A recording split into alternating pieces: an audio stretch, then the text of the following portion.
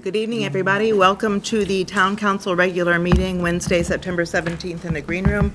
If we'll stand for the pledge. I pledge allegiance to the flag of the United States of America and to the republic for which it stands, one nation, under God, indivisible, with liberty and justice for all.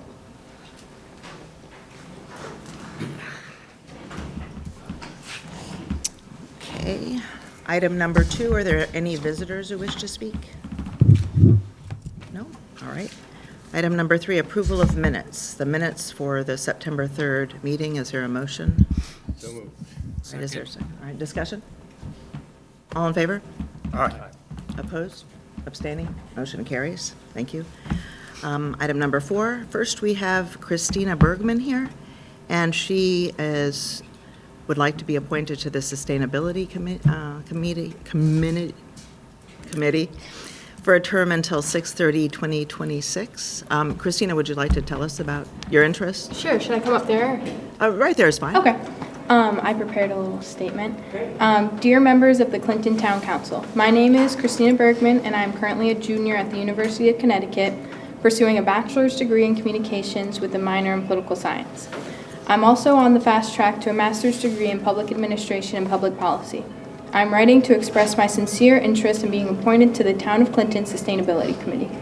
Growing up in Clinton, I've developed a strong appreciation for our town's natural resources and the community's ongoing efforts to protect them. My interest in sustainability is not only academic but personal. My father, Eric Bergman, was a proud member of this committee, and through his example, I saw firsthand the positive impact that local leadership can have on long-term environmental and community health.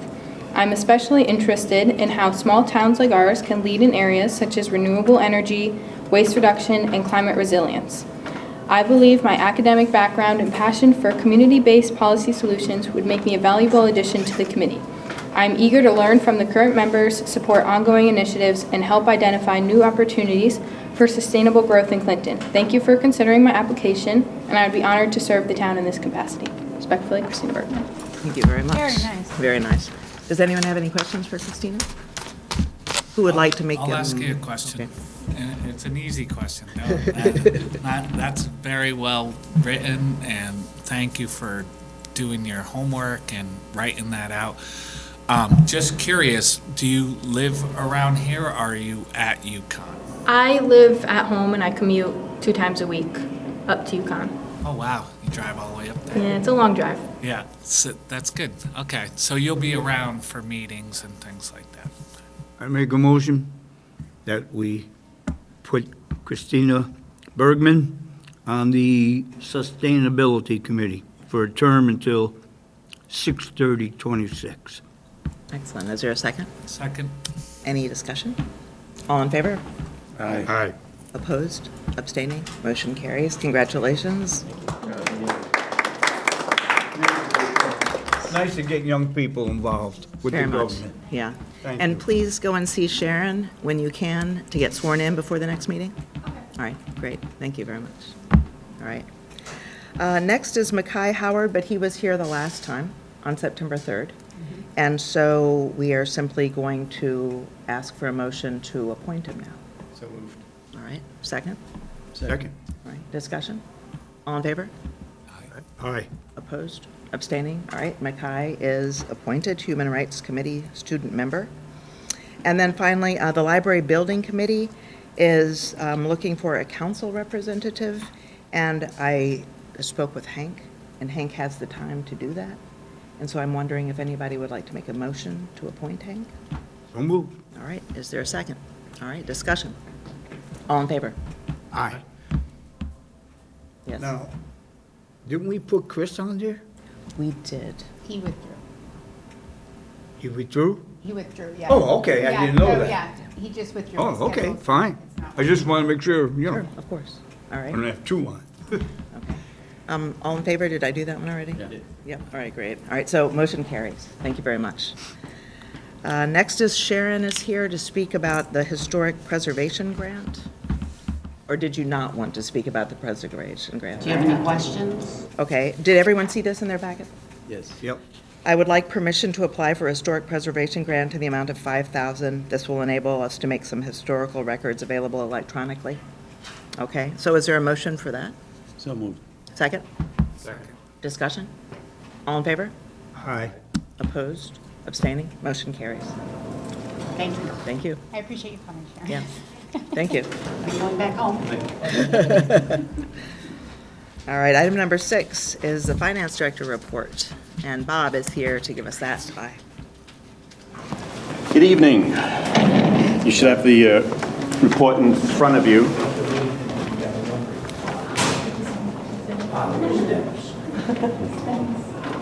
Because of the time of the year, you're going to have in that report, you're going to have 2 expenditure reports. You're going to have 2 revenue reports. Starting on the first page is 24-25. Really no surprises there. That's the expenditure budget report after your authorized transfers. There is a savings on there. In other words, expenditures were less than budget by $454,000. Which helps with the budgeted use of fund balance, of course. Surprisingly, it's in September. I'm still getting a few old invoices coming across, and mainly it's not us, it's the vendors. So we're still able to apply them to the old year. If we don't, the auditors will catch it and make us. Anyway, I don't expect much. So we're going to be very close to that $454,000 savings on the expenditure side. And I've also presented the 25-26 expenditure budget starting on page 12.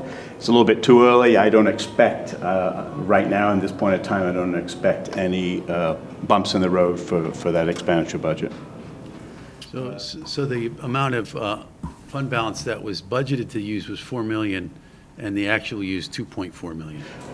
On the revenue side, yes. And then you have the other $454 in addition. Right, yeah.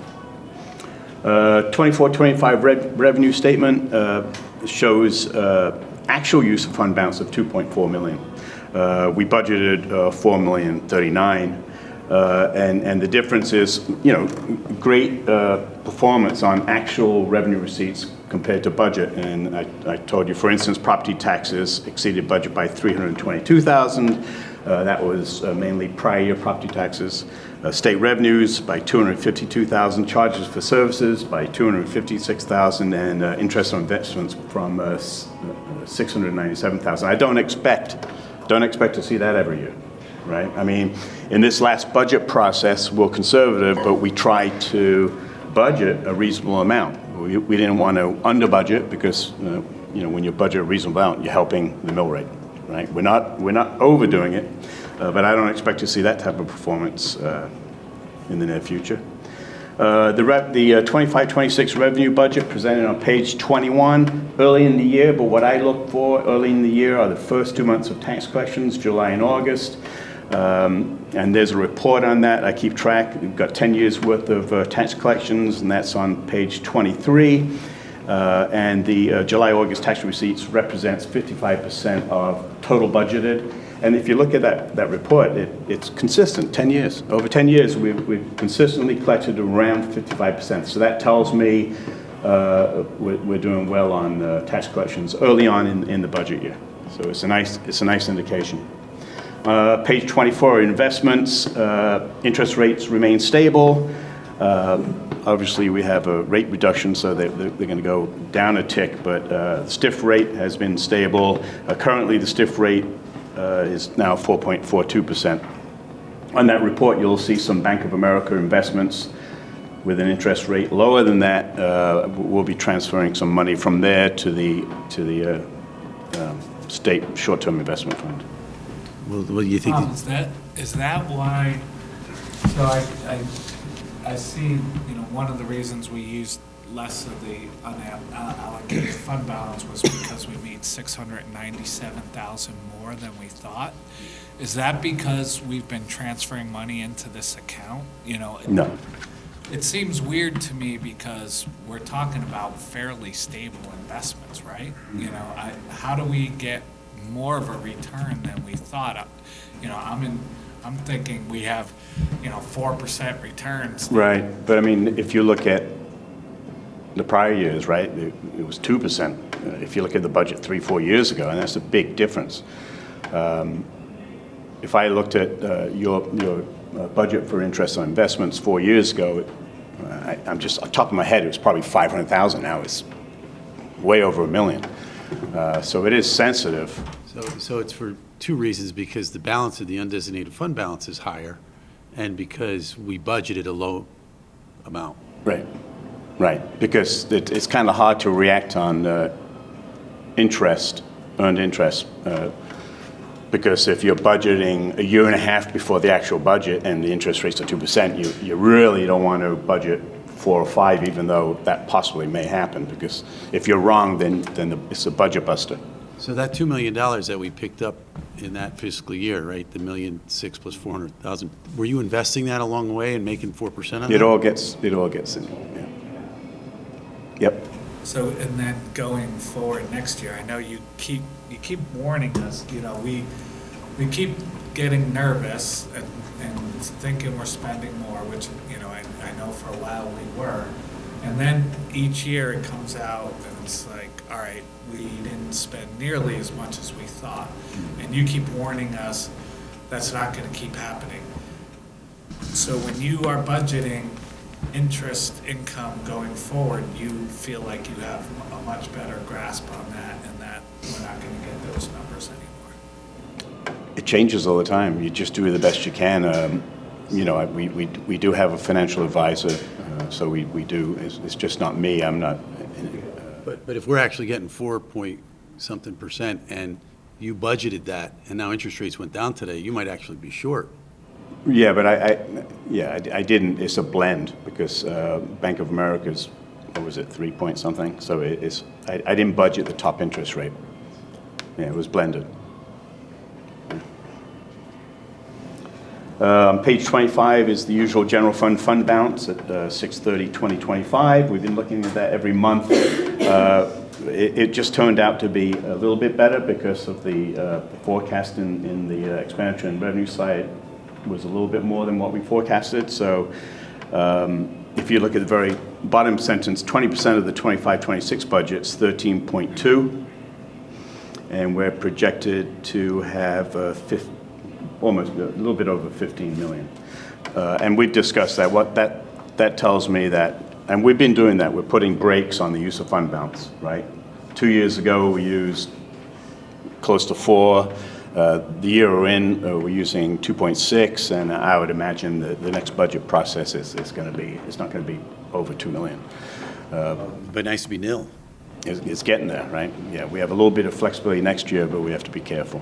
And what that tells me is, any major capital projects have to be carefully funded by bonding. I mean, who likes to borrow? But that's the only way municipalities, states, and governments can actually fund long-term capital assets. But as long as you do it smart, we're not going to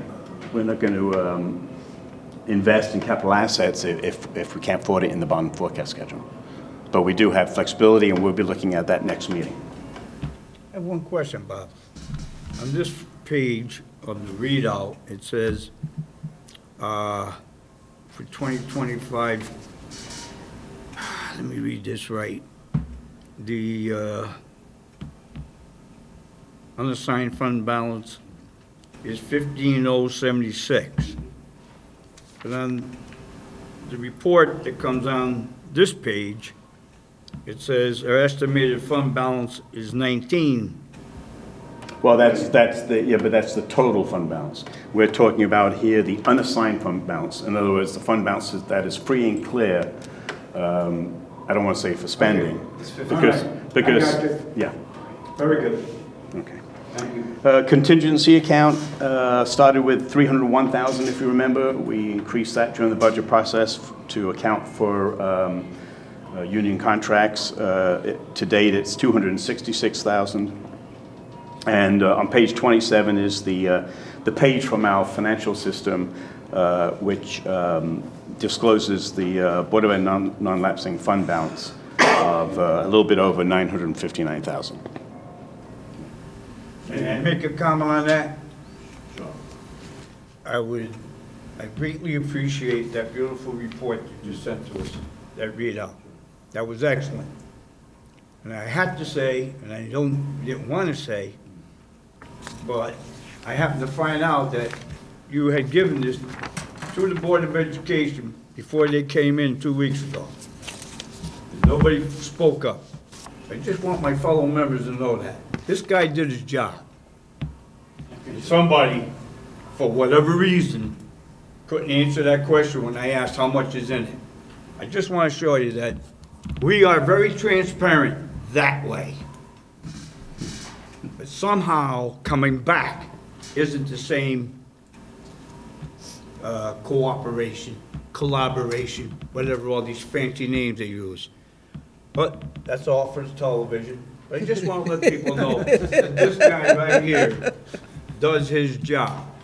And that's an excellent report, and thank you, Bob, for putting it now on the bottom of this sheet.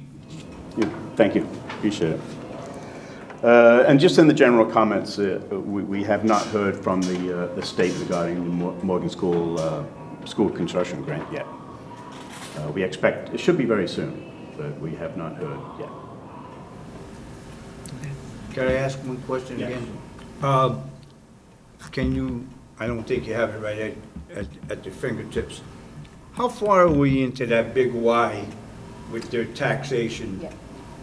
What, We're gonna have an executive session in the probably next month to bring you up to speed on that. There's been some activity there. But I have a report showing you Okay. each. 'cause I forgot what year Yep. we're in now, 3, 4, Because each of whatever. them have a different year that they went on to the 5-year tax abatement plan. Right. Whether, Starbucks, Big Y. So I have a chart showing who's coming off and how much their taxes will be. But we have something scheduled in the next Good. couple, probably in So I would October. expect that would help us, Bob. Their taxes should be starting to come close to 100%. Most definitely. Okay, thank you. Thank Thank you you, very Bob. much. All right, the next item is the town manager's report. Okay, everyone. So, first I forgot my reading glasses, so I'm gonna do my best, sorry. Okay, so, no, I'll be good. If I hold them out here, I'm good. So we had a custodial vacancy that has been filled. We have a current employee from Public Works that has decided to come over to take that position. So he will start on Monday, and that opens up a truck driver position that will be posted in Public Works tomorrow. So I'm excited to have an internal individual fill that position. Then we are having, usually quarterly, I aim to have meet and greets with the residents, and I hold them at the library in the community room. The last 2 meet and greets I've had, many individuals are asking about specific properties and developments and things that I really don't have a very descriptive answer for them. So what we've decided to do is I'm teaming up with Abby, and Abby and I are going to do a joint meet and greet on October 16th in the community room. So she can talk specifically about properties that residents are asking about, give some examples of blight and so on and so forth. So that will be coming up on October 16th. There was supposed to be the Board of Assessment Appeals this week for the DMV. Unfortunately, due to some posting issues, that has been postponed, so it'll be on September 29th from 6 to 9.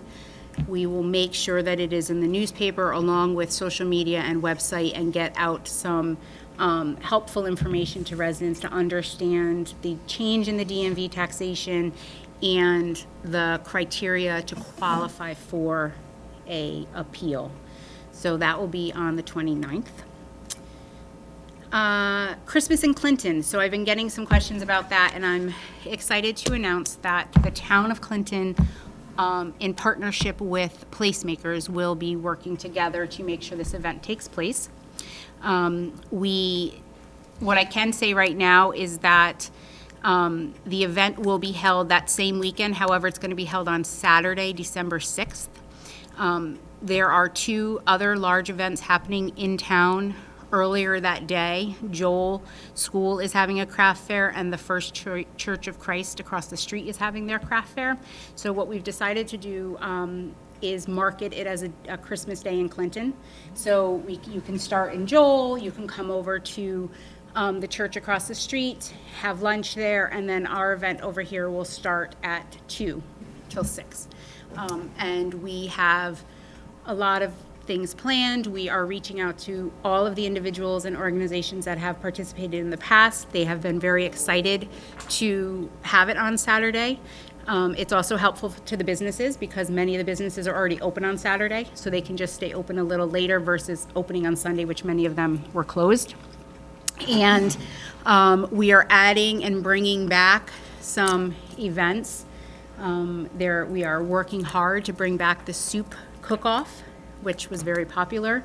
So we're working on that. The town manager's office is going to host a gingerbread contest down here where people can display their gingerbread houses and they can vote on it, and there'll be prizes. So we're really trying to continue with what was established in prior years and enhance it a little bit and make it a full day in Clinton. So more information to come on that, but I want everyone to save the date. It's going to be great. And then I also wanted to give you a fireworks update. I have a complete report for each of you, which I'll hand out. It has the cost breakdown of the full event and all the receipts and invoices for the event. So you can see the spreadsheet. You can see all of our bills associated with the event, including our public works and police, emergency management. One thing that I do want to note. Thank you, Dennis. Here's one For me and Mikey. Yes. Thank you. The town annually donates $10,000 in the budget to this event. When you look at this breakdown, we exceeded our fundraising expectation. So we only needed to utilize a little over $2,000 out of that $10,000 from town money.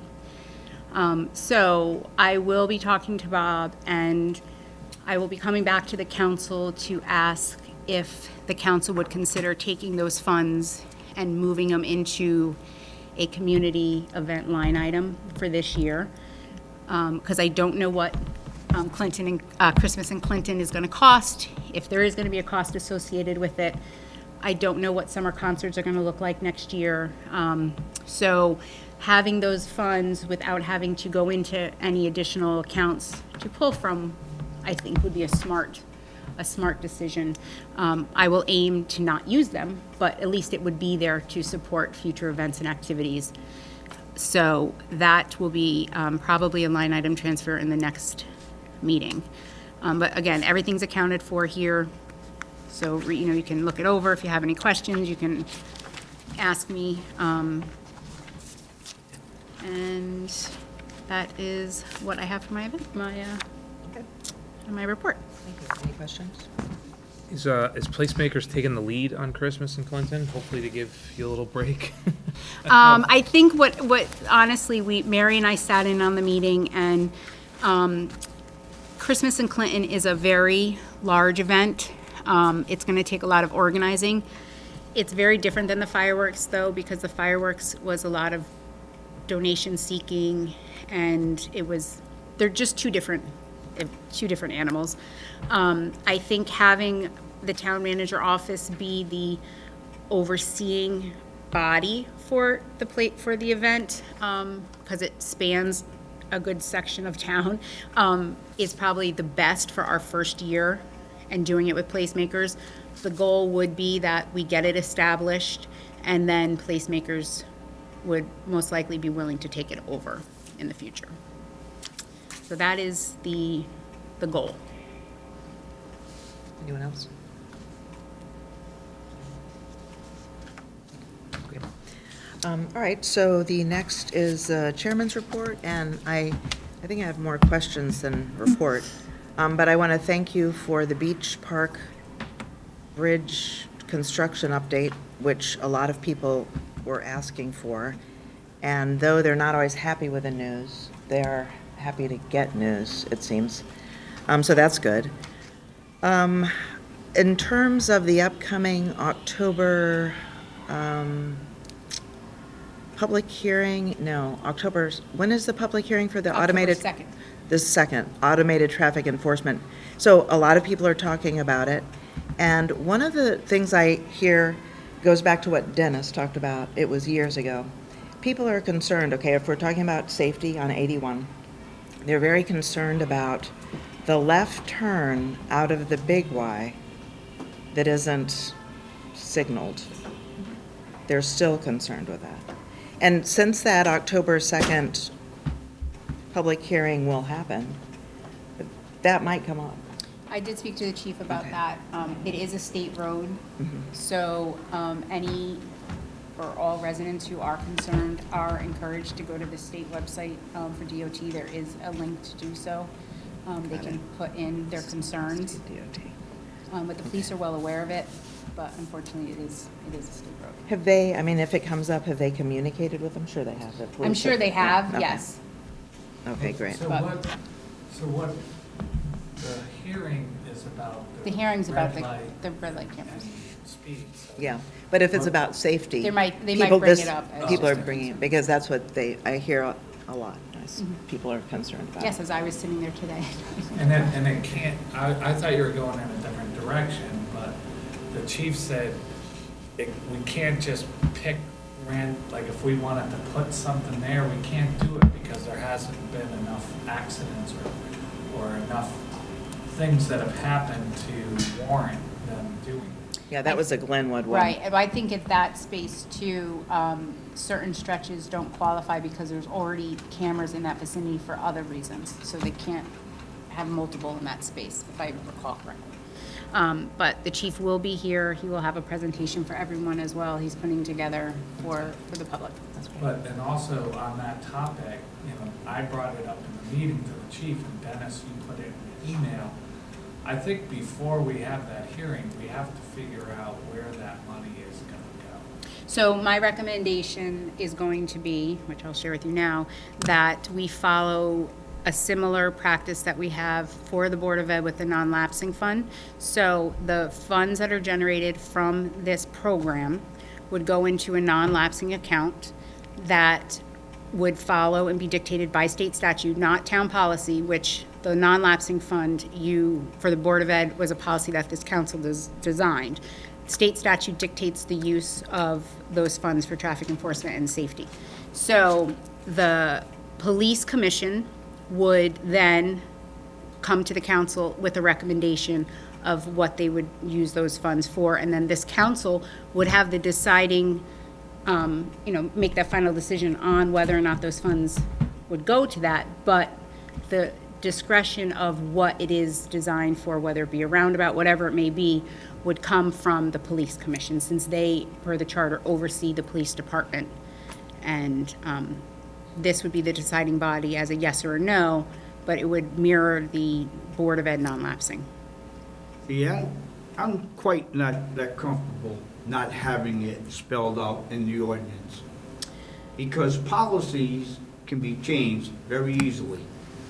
Another administration comes in and all of a sudden the lapsing account becomes something else. Whereas if it's locked in that ordinance, that the revenues will come into an account overseen by Right. the town council, Okay. I would feel a lot better because then it's hard to change the ordinance. So, And so, that's just my feelings, that I would feel more comfortable where it's locked in so that, I don't know what goes on here 4 or 5 years, but let's say you're not here, let's say none of us are here.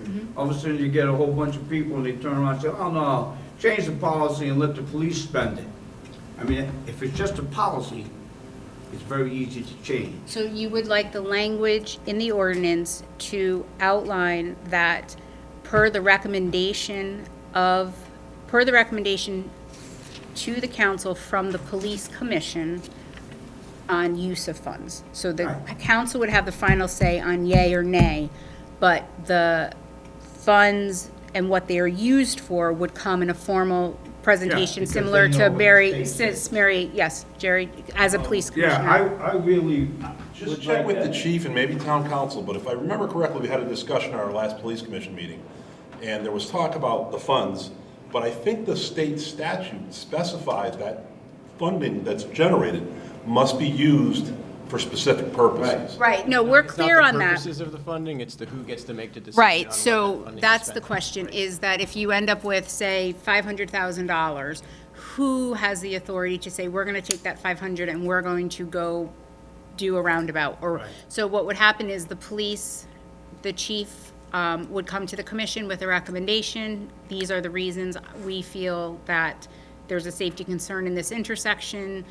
This is what I propose. The commission, the police commission, would then vet it, make a decision, yes, we agree or we don't agree, and then a representative along with the chief from the police commission would come to the council and say, we are asking for your permission to use X amount out of this fund, which aligns with the state statute, to build this roundabout, use it for a traffic enforcement team, whatever it might be. And then the council would have the decision to say yes or no to fund that specific proposed use. So you want that in the ordinance? I would like to have. Okay. Okay. Okay. I think it probably warrants more conversation about who is the recommending entity, because there's a lot of interested parties, like Who's recommending what? the recommendations on how those funds would be spent, because it is a fairly wide net about what those funds can be spent on. So I Public Works could have a say, like, we should have a voice of like the bike and pedestrian people, because they're like steeped in Well, all the of traffic that. authority ultimately is the police department for the town. So, and the police commission oversees them. So technically, it would fall to them.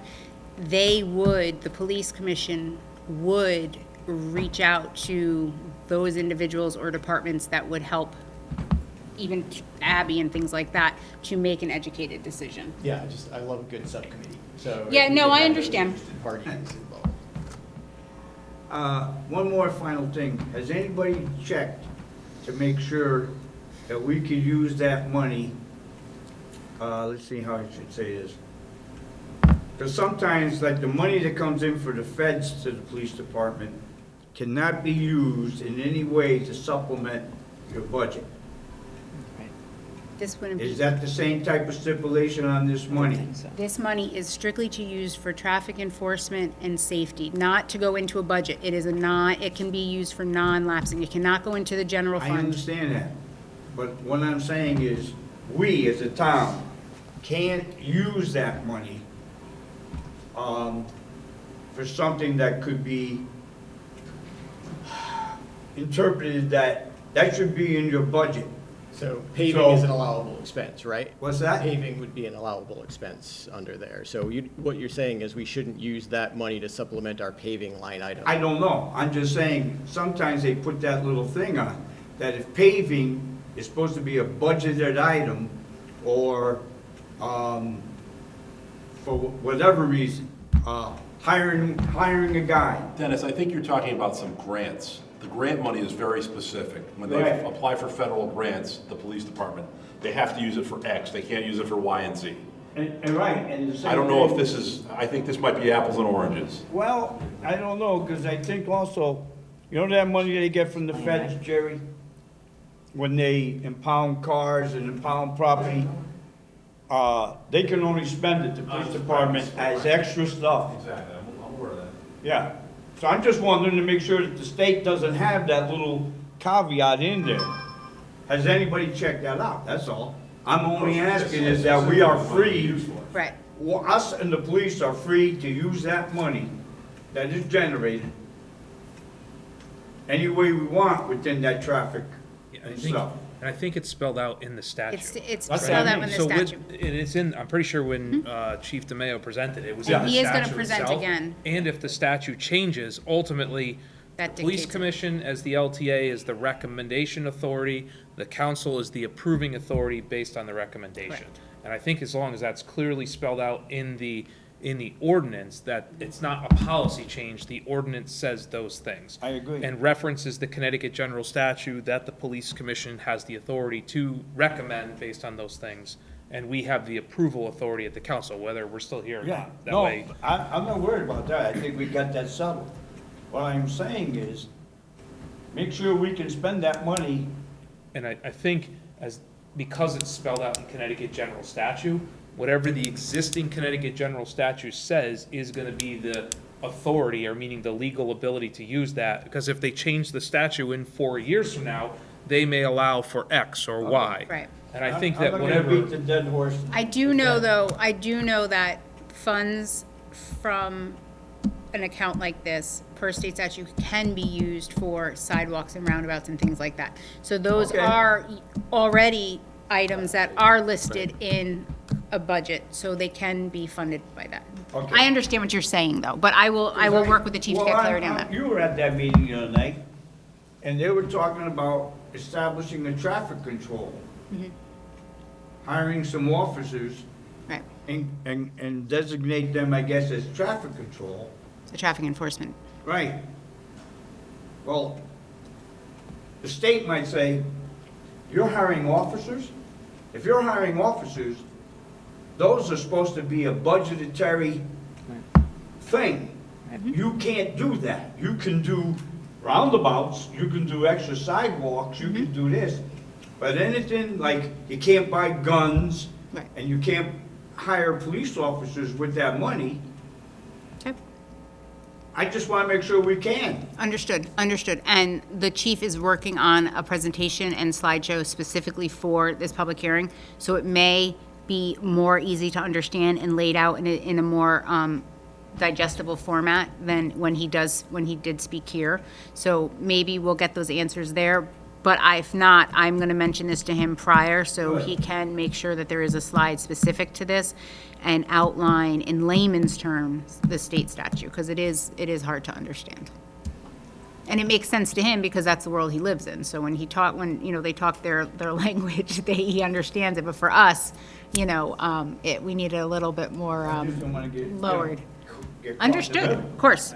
And we want to use the money in the right way, and we want to get the most out of the money and use it to benefit the town. Understood. Yep. So I will definitely talk to Chief DeMayo tomorrow about this. I have just another couple of things. We saw Todd last night at the traffic, Sidewalk. right, sidewalk, yes. And he suggested that there was an update on demolitions on the houses on High Street. You suggested that? Yes? No? Okay. No. Okay. Right now, we're at a standstill. At a standstill, okay. Yes. Those are the kinds of things that people are asking all the time. There are currently no permits will be issued. There is a Okay. few things that are taking place, but once some things are resolved, they will be able to move forward. But right now, there is no permits issued for the demolition. Okay, all right, good to know. Anything new on Pearson? We had a subcommittee meeting. We have now every 2 weeks an update. Mike was on the last one as the representative from the council. So we are working through a few things. We will be providing an update to the council in the near future, but we're just trying to Okay, get through some It's a things good right now. kickoff. It's a good Good kickoff, start. yes. okay. It's starting to pick up momentum. All right, excellent. Okay, and that is all I have. So next is council discussion? There's a You public go hear- first, go ahead. Okay, I will. Yesterday, there was the public hearing on the sidewalks. It was recorded. It's going to be posted to the town website. I would just encourage everybody to watch the sidewalk public hearing. Been nothing super contentious, but good information to have for us as we go into whatever the next step is in us voting to move that project forward. Okay, anyone else? Well, the police commission's rolling along. They do have one officer right now temporarily out, but they expect him back shortly. And of course, we have an officer at the academy coming back, so there's a little tightness right now with a little overtime, but nothing that the chief can't handle. Other than that, everything's smooth over there. Okay. We like smooth. Huh? I said we like smooth. So, oh yeah. Anyone else? On EDC, I attended the EDC meeting last night. So John May is the chair now, and I guess Dylan's still vice chair. And I was encouraged to see a lot of activity, a lot of conversation, a lot of participation from different members. In the past, the old EDC was John Allen and maybe me and Bob, and now it looks like the entire EDC is engaged. So that's really good news. And Alan Felgate, so we brought in Dale Krupp to develop a strategic plan, but then somebody has to be the tactical person to actually go do the work, right, and actually go do it, and Alan's doing it. I see more activity and more things getting done. I was worried that we would have a good strategy and a plan, and then nobody to execute, but that's not the case. There's plenty of people stepping up. It's pretty encouraging. I think there's still a couple open spots, but Nancy Adams is engaged, and Yeah. and Mark Palmieri. There's from a bunch of different places you now hear that people are engaged, so it's good news. And we have the Connecticut Main Street Subcommittee, which has members from the EDC, along with local business owners, myself, Abby, and Dale, and Alan, and that's picking up some momentum too, which is great, so. You know, just a comment about that. We all mentioned about all these empty buildings and everything. Has anybody contacted anybody about that vacant Monroe muffler? No, I went by there, I just noticed that it's vacant. No, I was thinking You know, it's been about it. vacant now for a couple of months. Yeah. They just pulled up and took out. Yeah. Took off. That's one of the, that's one of the things that we're working on through the Connecticut Main Street, is coming up with an inventory of our vacant stores and all the specifics about them. Alan is reaching out to the property owners to figure out what it's already outfitted for, what would be an easy fit. So when Abby has people inquiring about, hey, you know, I'm thinking of coming to Clinton for this type of business, I'm looking for so many square feet, she can pull up this inventory sheet and see what we have available. So those are all strategic plans that we are trying to get in place that came out of the assessment. It just takes a lot of legwork to, you know, contact these property owners, get the specifics, create this spreadsheet, and then maintain it. But that is one of like the top 3 things that we're working on in the Connecticut Main Street Subcommittee as well. Great. That and TJ Maxx. So, you know what's interesting about TJ Maxx is I actually had a call with Ken Navarro about something else, and I asked about that. And TJ Maxx actually was a surprise to them. It was a very lucrative store for them, so they were surprised. What's good, though, is about the numbers that they generated at that location is beneficial because they use those numbers to seek new retailers. So the location is very profitable. So he feels hopeful that they're going to get someone very strong in there. Great. Great. Anyone else? We're on board and commission updates now. We are We're on council committee discussion. and liaison. Yeah. Streamlined Yeah. into that. Right. Planning and zoning, the public meeting on the plan of conservation and development was last week. The first draft of it is online. There is still room for comment up until September 24th. There should be nothing surprising in there, really solid first draft of it. Again, encourage you to go check it out and read it because it's going to come back to us in December for finalization. Anyone else? No? All right, so do we have a motion to go into executive session on the personnel? All right, second, discussion, all in favor?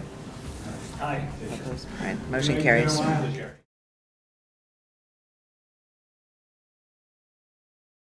So does anyone have a motion to adjourn? I'll make a motion. Motion to adjourn. Second? I'll second that. Discussion? All in favor? Aye. Aye.